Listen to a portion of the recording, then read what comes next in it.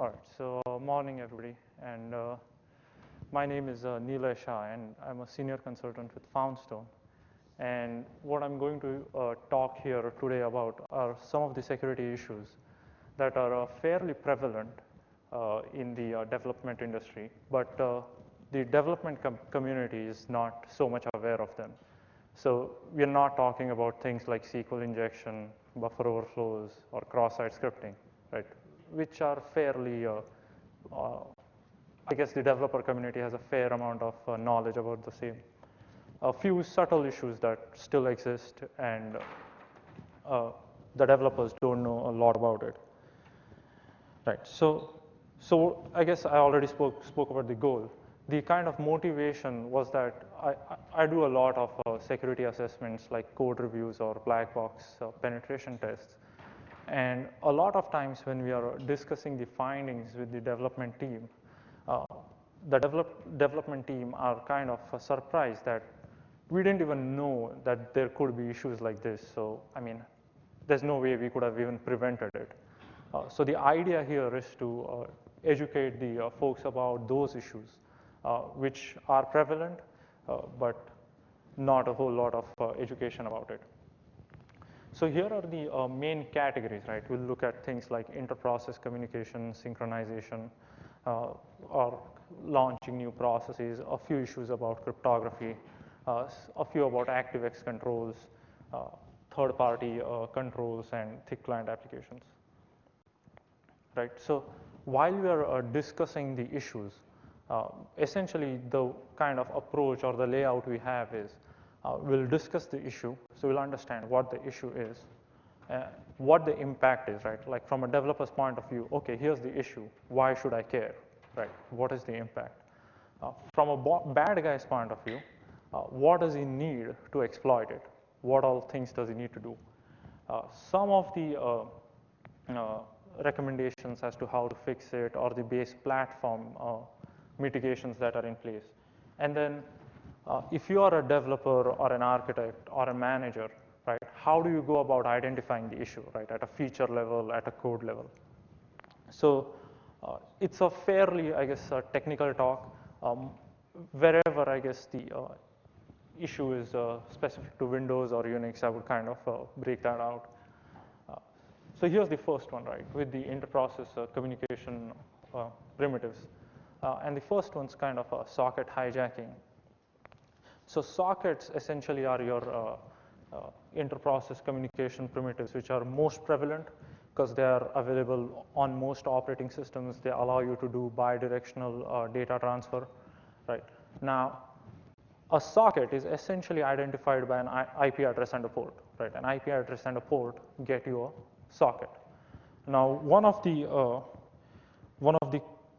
things about setting up a server is that you need to know the IP address, right? Now, that can be a little bit of pain because if I'm a developer writing up a server, then I obviously don't know the listening address offhand, right? I have to write code to figure out the IP address of the machine I'm executing on and then bind to it.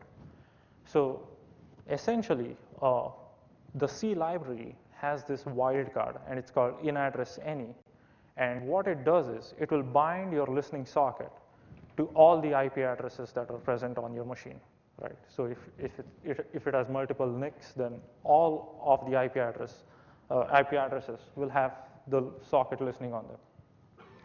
Now, the crux of the issue is that on Windows, by default, you can have more than one socket listening on the same port, right? So I'm going to kind of jump to the next slide, right? So here's your typical setup, right?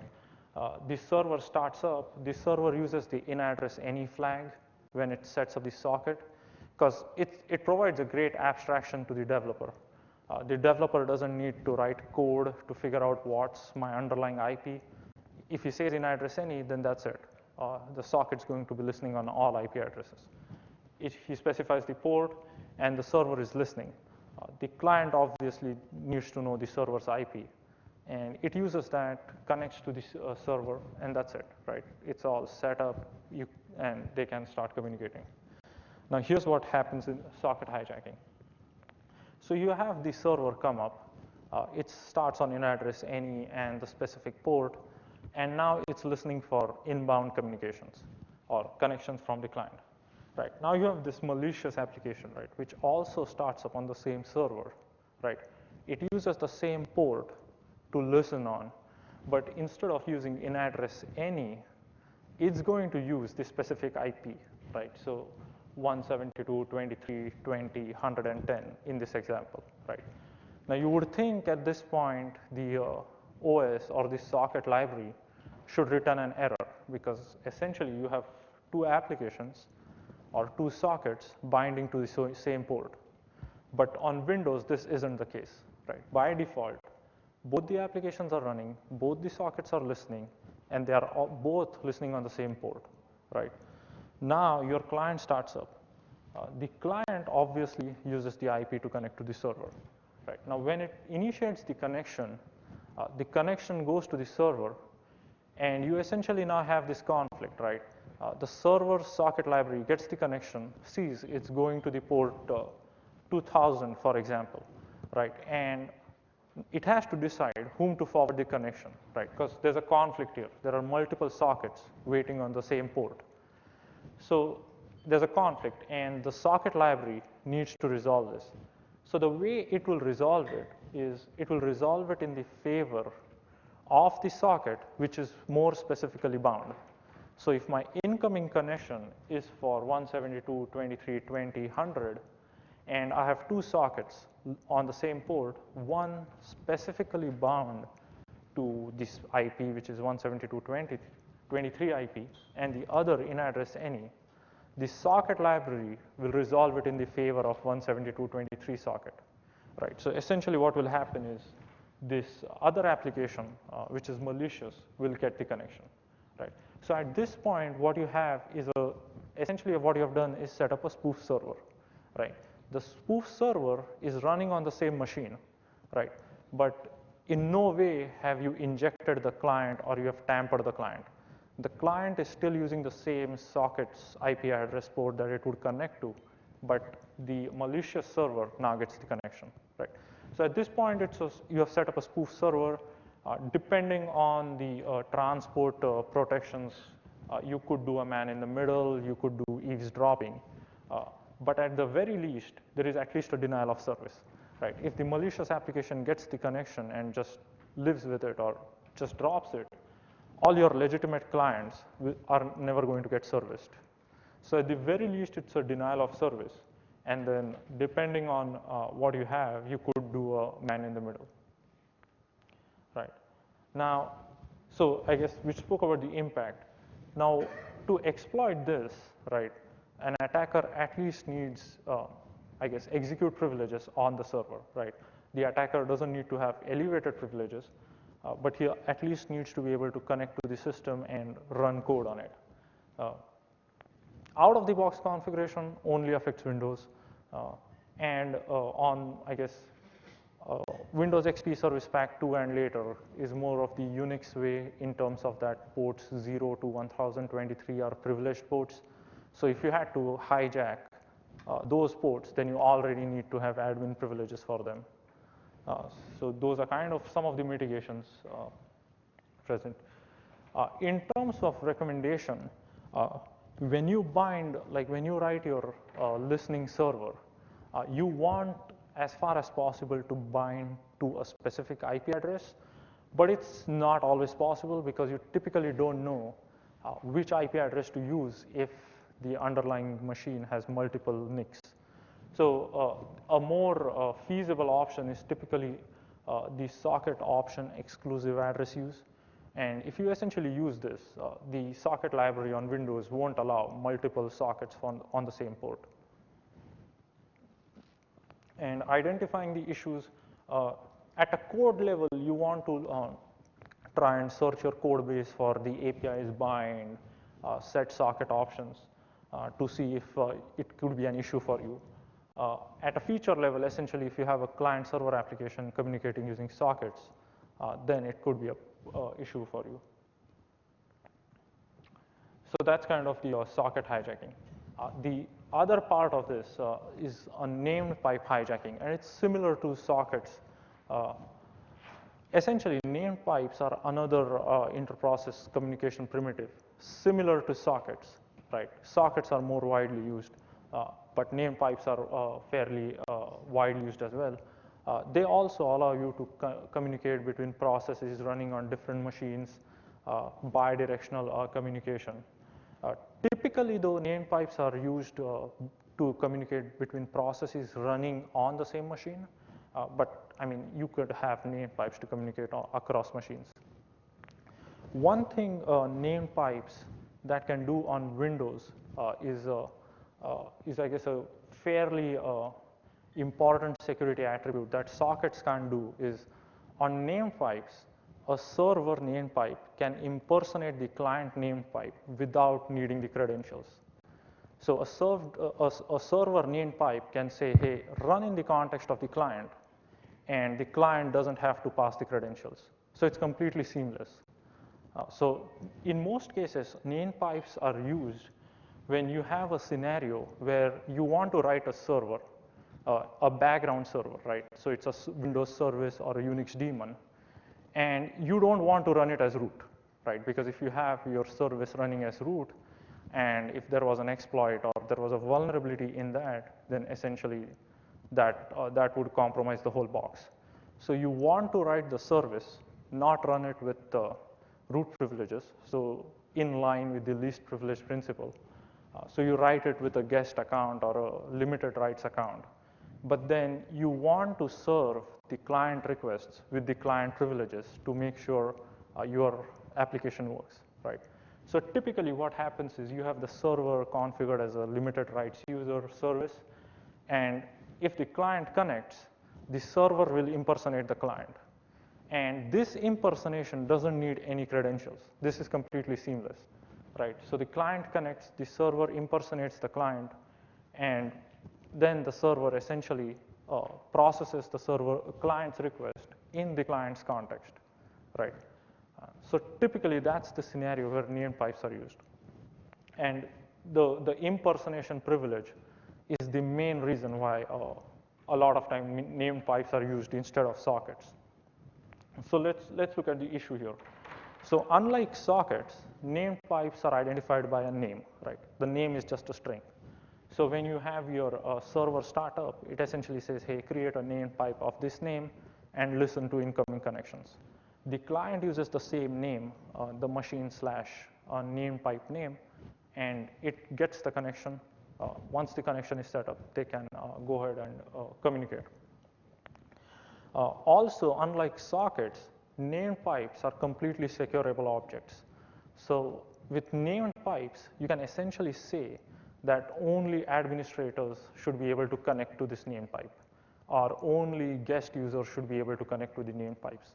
So named pipes, you can completely secure them, who can read from them, who can write to them, who can connect to them. So there are a couple of problems here. So let's see the first thing. And so this is similar to the socket hijacking thing. So essentially you have this malicious application startup. It essentially creates a named pipe with the same name, right? So it's now listening. Now you have the server application startup, and the legitimate server also essentially says, hey, create me a named pipe of this name test and listen on it. Now again, you would expect the OS to say, all right, there is already a named pipe with this name, so return an error. But that does not happen, right? The OS, what it does is, instead of returning an error, will just return a handle to the existing named pipe, right? So the real server thinks that maybe it created the named pipe, but instead, it isn't the case. The other thing what happens is, if the server, when it creates a named pipe, says that create a named pipe with this name and make sure that you apply the security ACL so that only administrators can connect and read and write from it, right? If the server essentially does that, and if the named pipe was already created by the malicious application, the OS completely ignores the security attributes. So the OS just returns it the existing handle and completely ignores the security attributes, right? So now you have your client, right? The client starts up, again, it's going to use the same name. And when it uses the same name to connect to the named pipe, Because the malicious application started the name pipe server before, it will get the connection, right? So it's similar to socket hijacking. Essentially, what you have done at this point is set up a spoof server, right? Your malicious application gets the connection. At the very least, it's a denial of service, and then depending on the transport protection mechanisms, you could maybe do eavesdropping, you could maybe do man in the middle, right? So similar to socket hijacking. However, one thing that you can do here is, remember I was talking about the impersonation thing. The malicious application now can impersonate the client without the client's knowledge. So in addition to the typical spoof server scenario here, the malicious application can run with the client's privileges. So if the client was running with elevated privileges like admin or root, your malicious application is now root, because that impersonation is completely seamless. The server doesn't have to request the client, hey, I want to impersonate you, send me your credentials, nothing like that. It's completely seamless. So as compared to the socket hijacking scenario, that's an additional impact here, that there could be a privilege escalation attack here. The other insecure configuration, I think I already touched on that. The OS will completely ignore the security descriptor. So in terms of what the attacker needs to exploit this, again, first and foremost, like socket hijacking, the attacker needs to be able to run code on the server, right? The malicious code needs to execute on the server. So he needs to have an avenue to do that. Also on Windows 2000 Service Pack 4 and later, Windows XP Service Pack 2 and later, and Windows Server 2003, there is a SE impersonate privilege that the server needs so that it can impersonate the client. And by default, that's only granted to the admin group. So it kind of gives some mitigation against the privilege escalation attack. In terms of the remediation, you want to make sure that when you create your name pipe, you only create it if it did not already exist. Because if it already exists, then you're not really creating it. You're just getting a handle to the existing one, right? And from a client point of view, if you have a client-server application using name pipes, and your application doesn't use the impersonation property of name pipes, then when you create the client-side connection to name pipe, you can essentially say that, hey, connect to this name pipe server, but don't allow the server to impersonate me. So you can do a little bit of damage control there. Like if you are using name pipes, don't need impersonation, then you can turn it off. Identifying issues, if you are using name pipes, then potentially this could be an issue.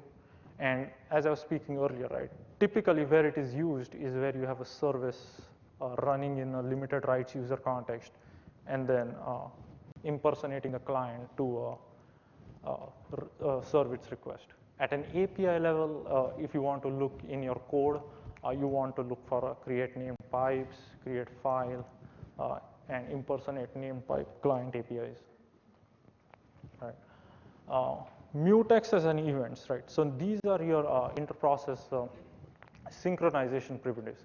Mutex is essentially your primitive which allows you to protect modifications or access to a shared resource, right? So an example, a good example would be if you have a banking application and which does transactions, you want to make sure that every transaction updates the database exclusively, right? Because you have multiple transactions going through, you don't want the balances to be corrupted. So you want only one transaction to update the database at the same time. So how do you do it? You kind of use a mutex or another inter-process synchronization primitive, right? Events are typically used to signal an event. So events, one of the most common architectures where events are used, where you have a worker process and a monitor process. And all the monitor process is supposed to do is start the worker process if it somehow exited, or shut down the shut down the worker process as and when needed, right? So typically they would use events. So again, as with the name pipes, these objects are also completely securable. So when you create your mutex or event, you can essentially say, hey, only administrators should be able to lock it, unlock it, signal it, reset it, right? Similar issues here also, like if you try to create a mutex or an event, which are again identified by a name, which is just a string, if you did not use if it already existed, the OS is not going to return an error, right? It will return you the handle to the existing one. And the other thing, again, as in named pipes, it will completely ignore your security attributes that you specified. So the impact, again, depends on what you're doing with the object. So like in the banking example, if a malicious piece of code locked the mutex and did not release it, essentially it's a denial of service, right? Because your legitimate banking application will never get hold of the mutex and then never be able to update the database.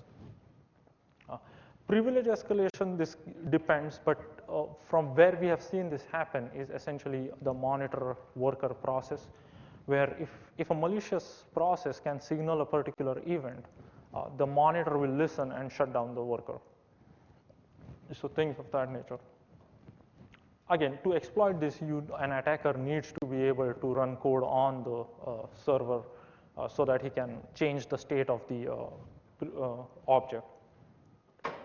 And then recommendations, when you create a mutex or the object, then you want to make sure that it did not exist, and then apply your security primitives attributes to it.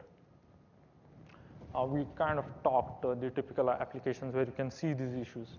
And then at a feature level, you want to look at create mutex or create event, wait for single object, those APIs. All right, so going to the next kind of category, essentially involved with security issues with creating new processes.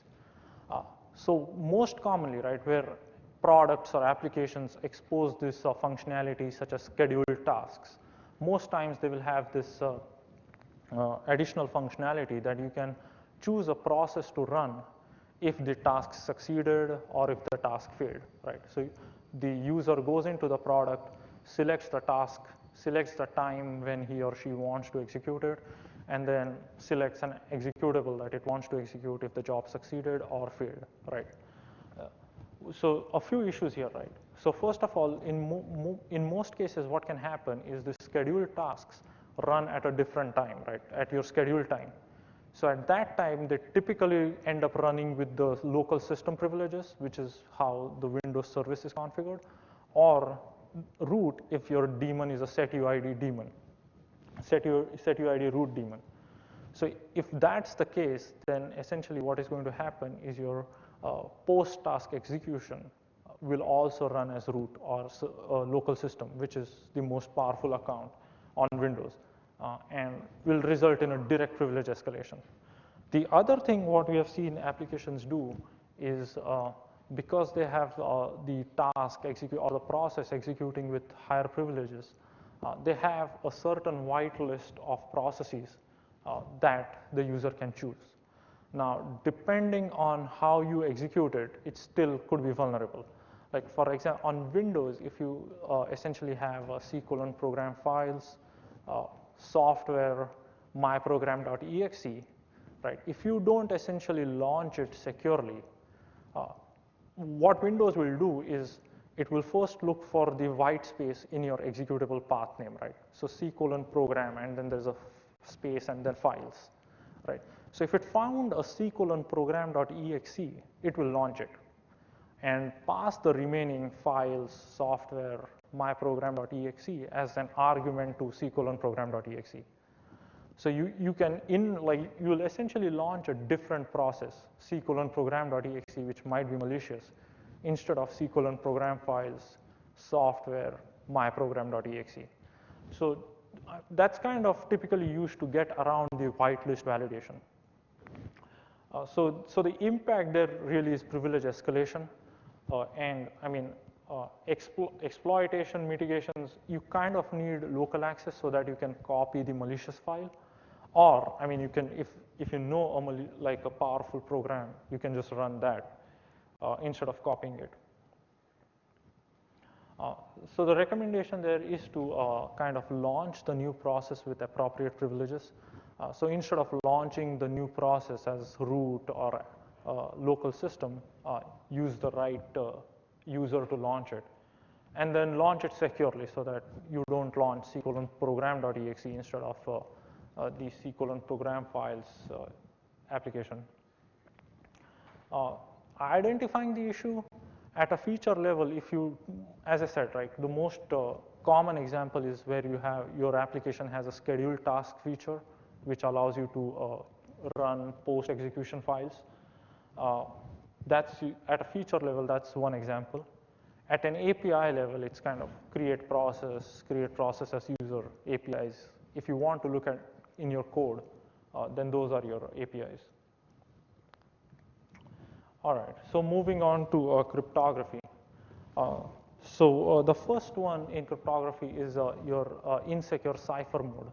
Now, cipher mode isn't exactly your the cipher. Cipher mode is one step above the actual cipher, and it essentially determines how your cipher works, right? So, for example, in block cipher, what it essentially does is breaks down your input into blocks and then encrypts each block at a time, right? So we'll look at an example. So essentially, electronic code book is this very kind of primitive cipher mode, which is insecure. And the reason why it is insecure is because it can reveal patterns in your plain text. So I think I have an example. So essentially, here's your client application and a server application. It's a payroll application, and here's your user. What it does is it asks the server, hey, get the salary details. The server sends the salary details, but then again, the server wants to prevent this from eavesdropping or sniffing attacks. So it essentially sends you the ciphertext. The client application has the necessary decryption key to decrypt it and kind of show the plain text corresponding to that, right? Now, here's the attack scenario. It's the same client-server application. Here's your user, connects to it, asks for his salary details. Now, this malicious user is just sniffing on the wire, right? He sees the encrypted text, right? So since the application doesn't send out clear text, right? But if you look at those both cipher texts, now it's same, right? If the attacker had known the ciphertext in the first case, then he knows what it essentially means to in plain text. So the idea here is that in electronic code book, the same plain text results in the same ciphertext, right? So if I knew the plain text, then looking at the ciphertext, I know what the plain text is, right? So it's the same plain text with the same key will always result in the same ciphertext. So as an attacker, if I know that, hey, the plain text of $100,000 results in this ciphertext, if I see that packet or that string anywhere on the wire, I know this is an encrypted version of $100,000. So it kind of gives away information about the plain text. And so here's another kind of pictorial representation of the same, and this is from Wikipedia. So it's kind of your image, and then if you encrypt it using electronic code book, it kind of still reveals some patterns in the plain text. Right. So again, I mean, to exploit this, you don't really need local access. But I mean, in terms of recommendation, you want to make sure you use a strong cipher mode, such as cipher block chaining. A lot of times, developers use strong algorithms, but then a weak cipher mode kind of weakens the advantages of using a strong cipher. And identifying the issue at a feature level, if you are using cryptography, symmetric block ciphers, then potentially this could be an issue for you. The APIs kind of differ. If you're using the OpenSSL library, you have a different set of APIs. If you're using the Windows SDK, you have a different set of APIs. The next one is integrity checking. So this is most commonly seen in like today's thick clients, right?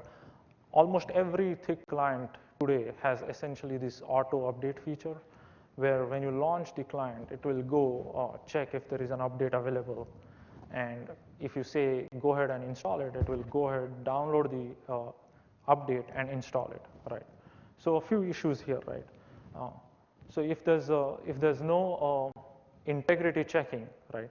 If the update is just being downloaded of clear text, then potentially there's a man in the middle avenue there, right? Somebody could replace the update with a malicious file. It comes to the client is going to install it. The machine is going to be compromised, right? The other kind of subtle issue is their application does use hash or signatures to verify the integrity of the downloaded update, but it doesn't do it securely. So by that, what I mean is essentially the client connects to the server and says, hey, is there an update? The server says yes, and the server sends the update, right? So the update goes in clear text, and then with that, the server also sends the hash, right? The hash now, again, if it's in clear text, then an attacker has to go one step further, replace the update, and then replace the hash as well. Now when the client gets the update and the hash, if it verifies it, it will match, and it would still be compromised. So I guess, you want to make sure you use hash or signatures to prevent tampering of the update, but you want to do it securely. So when you transmit your hash or your signature, make sure you do it securely, right? The most common scenario is where an application will download the update over clear text, but the hash is only available over the SSL kind of connection, so that it can't be tampered. And impact is, again, mostly a compromise, because you're essentially installing a rogue update on the client machine.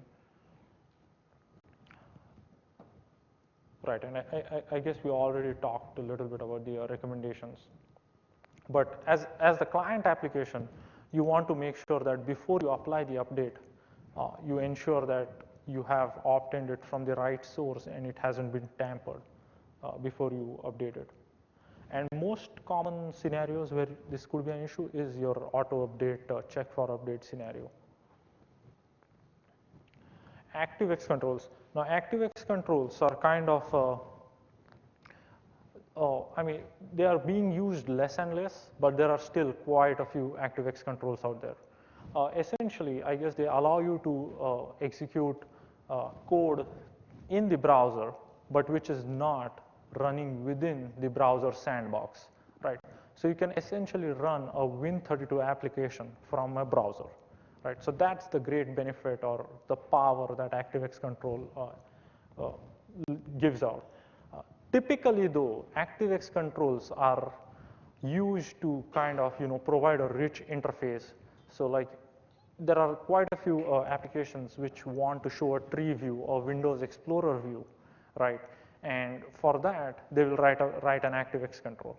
So a common example is your document sharing application or a knowledge tracking software, where you essentially have drag and drop. So you drag from your local file system onto this ActiveX control.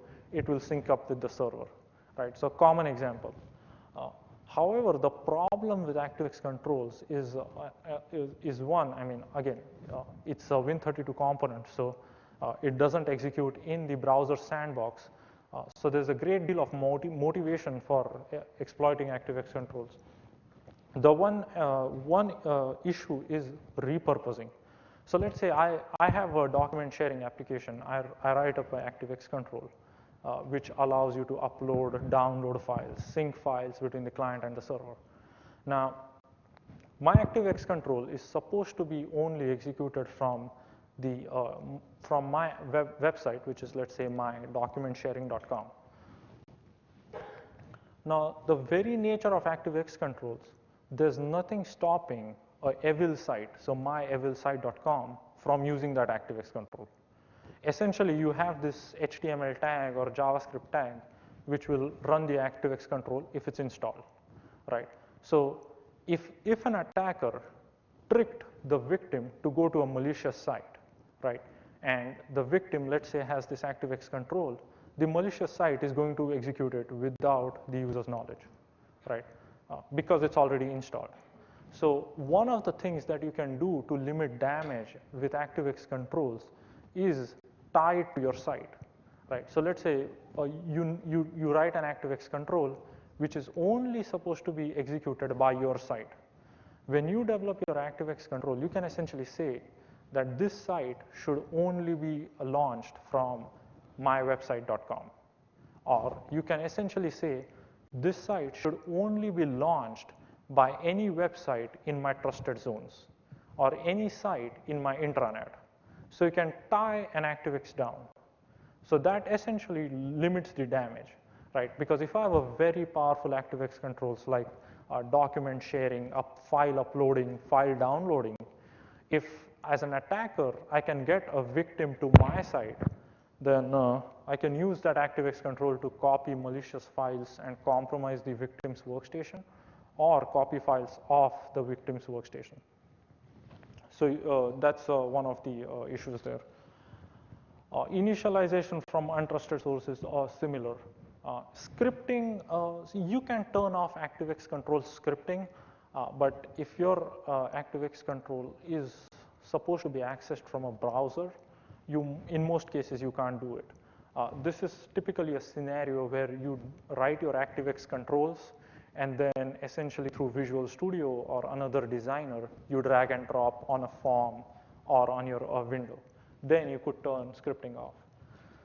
The impact really depends on what the ActiveX control could do. So you could have a bunch of different impacts there. Recommendations, you want to sign your ActiveX control so that when the user launches it or downloads it, he or she has the confidence that, hey, I am getting this ActiveX control from where I'm supposed to. Site lock template is essentially this template which allows you to tie ActiveX control to a site.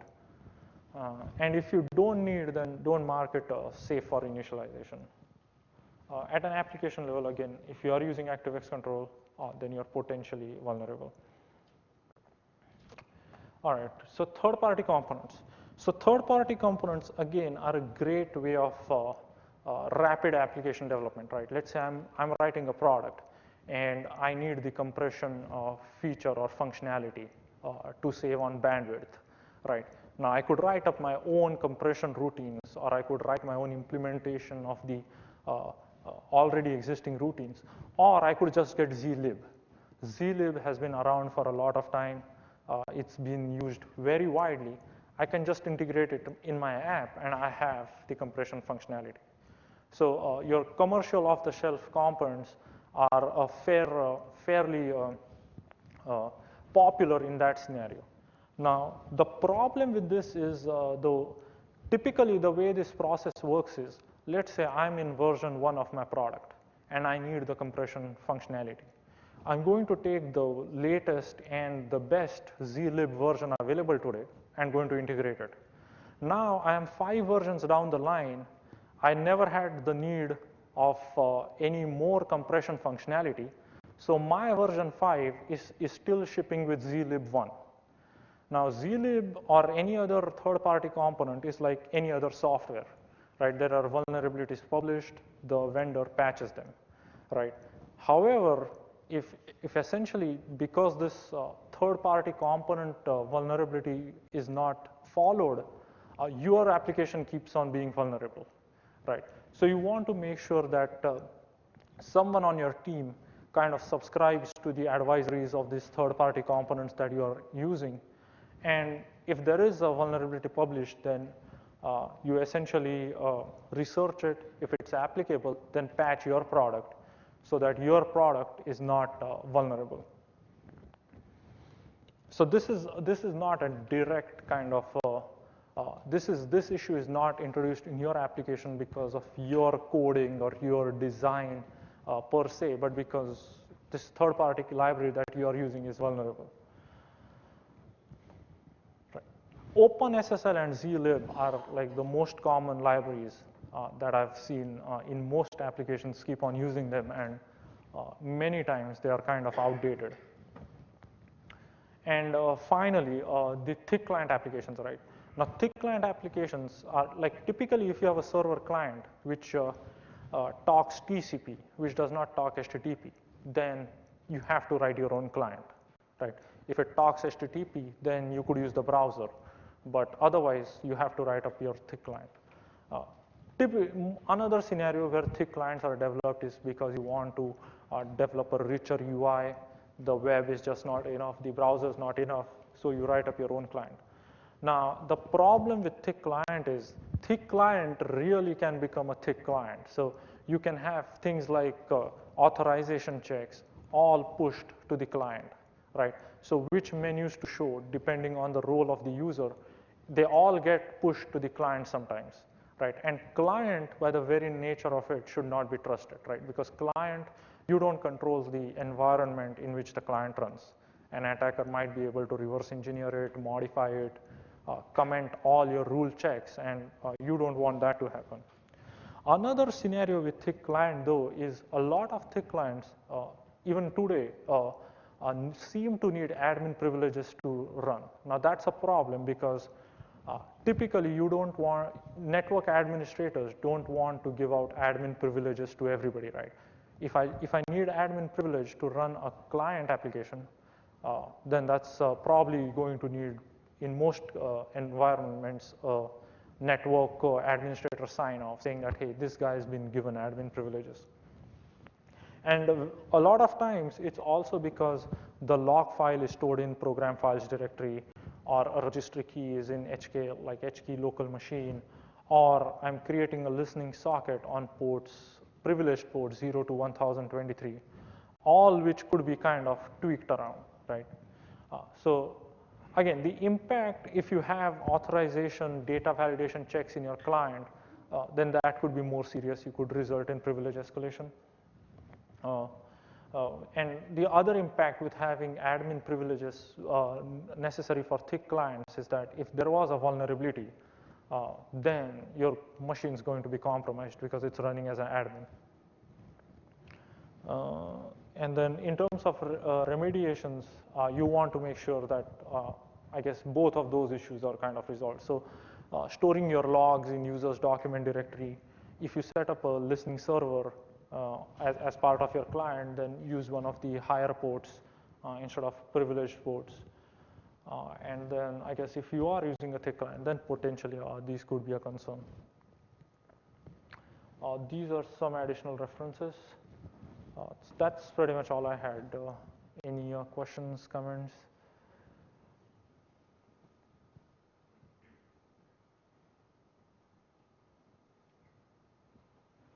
No?